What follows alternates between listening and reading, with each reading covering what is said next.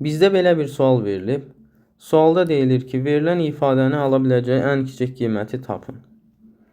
Çox zaman şagirdlər burada nə edirlər?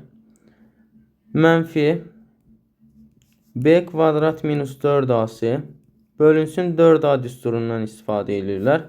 Gətirib yerinə yazırlar.